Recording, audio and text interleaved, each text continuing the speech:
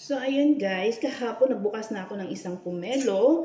Hindi ko alam kung pwede pa siyang kainin kasi nag-turn brown na siya dito sa bandang side na to.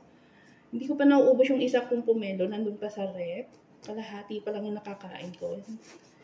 Siguro na, pwede pa siya. Kasi ano pa naman, pwede pa. Pwede pa siya. Kala ko hindi na pwede.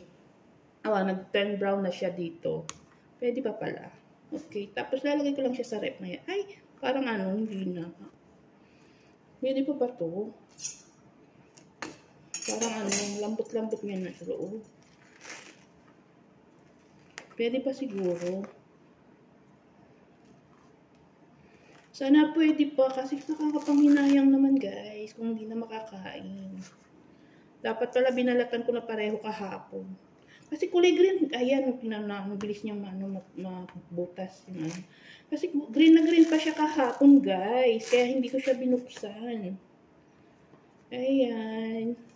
Tapos pagdating ng gabi, bigla siyang naging yellow. Tapos ngayon, naging brown na siya. Ang bilis ng panahon. Parang yung ex ko, Char. Yung ex ko. Ang bilis magloko. Hinugutan pati pagbabalat ng pomelo, Kaway. Ayan, siguro pwede pa siya. Lagay lang muna natin sa rep pagkatapos nating balatan. So, ayun guys. Pagtapos nating mag-flex ng ating natanggap ngayong Chinese New Year, babalat tayo ng pomelo. Ayan. Kumusta ang lahat? Ayan. Ayos ba ang araw nyo?